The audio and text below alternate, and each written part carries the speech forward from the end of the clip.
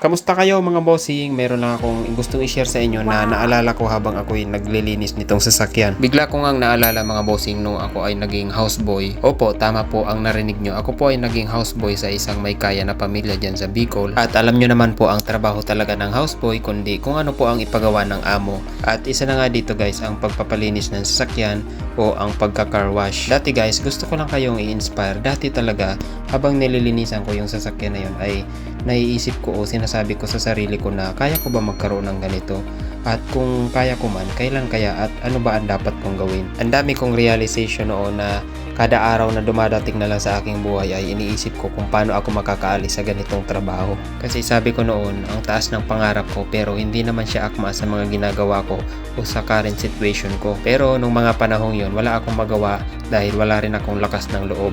Talagang naghihintay na lang ako ng opportunity na may dumating sa akin. Kasi napakahirap gumalaw kung wala kang pera at hindi mo alam kung saan ka pupunta. Nandun yung takot mga boss na baka pag umalis ako sa trabahong to is wala na akong mapuntahan. Kaya nung mga time na yon ay tiniis ko na lang muna, nagantay ako ng opportunity na baka may dumating. Ang ginawa ko na lang muna no, nagbasa-basa ako, naghalungkat ako sa bodega ng amo ko, nagbabasa ako ng mga libro doon. Inaral ko yung mga tools, yung mga gamit, kung paano siya gamitin at ano yung mga pangalan niya, ano yung tawag sa kanya. Kasi yung amo ko na yon ay marami silang mga gamit na iba't ibang tools sa pagre-repair. Kaya ang laking pasasalamat ko rin doon sa amo ko dahil ang dami kong na-realize habang nagtatrabaho ako sa kanila. At isa pa mga boss na naalala ko, kapag sila yung nagiinuman, minsan inuutosan nila akong bumili ng alak. Tapos naisip ko na, ang sarap naman ng buhay nila, paano kaya maging ganito? Yung kahit mga busy sila sa kanilang mga negosyo ay nababalance nila at mayroon silang time para mag-unwind. At yun nga mga boss, to cut the long story short, umuwi yung kapatid ko galing Cavite at sinama niya ako pagbalik niya ng Cavite para doon daw ako maghanap ng trabaho.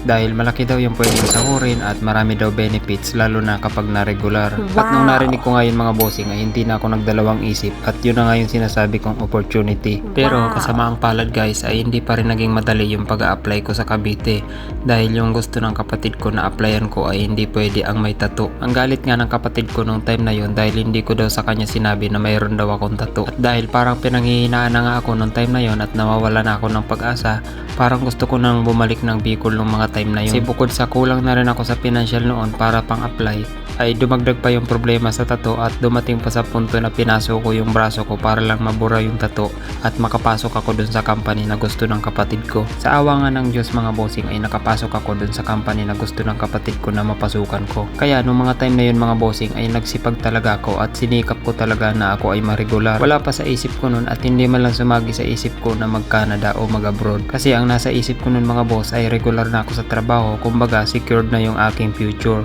Pero dun pa lang pala mag-uumpisa ang pinakamahirap na sitwasyon ng buhay ko mga bossing. Na yun ang gusto kong i-share sa inyo mga bossing nang sa ganun ay maiwasan nyo na yung mga pagkakamali ko sa buhay. Dahil nung na-regular nga ako mga bossing ay parang nakampante na ako sa buhay. Iniisip ko noon na hindi na ako mauubusan ng pera kasi regular ako sa trabaho, akinsi at katapusan mayroon akong sasahurin. Bili doon, bili dito, inom doon. Hanggang sa ganun na lang lagi ang naging cycle ng buhay ko tuwing sahuran. Kaya ang nangyari mga bossing ay nabaon talaga ako sa utang, as in baon na baon. Alam nyo yun, yung inilibing ka na sa lupa tapos sinemento ka pa. Ganun guys katindi yung ating naging sitwasyon. Kaya dahil dun guys, yun naman ang dahilan at nagtulak sa atin para tayo ay mag-apply sa ibang bansa o mag-abroad. At dahil nga nagkaroon din tayo ng experience na 5 taon dyan sa Cavite ay kahit papano ay naging qualified tayo sa ibang bansa. So habang ako po ay employed pa dyan sa Cavite ay nag-a-apply na po ako at mayroong opportunity na dumating, may nagbigay sa akin ng flyers na sa pagkadami-dami nga mga bossing nang lumalabas sa gate ay isa ako sa nabigyan. Pinuntahan nga namin agad yun mga bossing para malaman namin kung legit ba talaga yung agency na nag-abot ng flyers. At sa awa nga ulit ng Diyos mga bossing ay naisa lang tayo sa interview at naipasa natin. Pero hindi rin ganun guys kadali yung naging proseso. Iiksiyan ko na lang dahil kung ikukwento ko lahat baka abutin tayo ng ilang oras. So kung nakarating po kayo sa part na to ay salamat. At ano nga ba ang mensahe na gusto kong iparating po sa inyo? Yun po mga boss na kapag mayroong opportunity po na dumating sa sa ating buhay ay i-grab na natin at wag na nating sayangin. At kapag tayo naman ay binless na ni Lord at pinagkaloob na sa atin yung ating hinihiling, ay sana ay wag tayo makalimot kung saan tayo nanggaling. At kapag tayo naman ay pinagpapala, wag nating abusuhin yung mga blessings niya. Wag tayong ubos-ubos biyaya, wag natin sayangin yung mga binibigay niya. At lagi nating ipanalangin sa kanya na anuman yung makamtan natin, gumanda man yung ating buhay, ay manatili pa rin tayong nagpapakumbaba. Yun lamang po mga bossing, at sana po ay nagustuhan nyo ang maikling kwento ng aking buhay hanggang sa ako po ay nakarating dito sa Canada. God bless po sa inyo lahat mga bossing. Bye bye.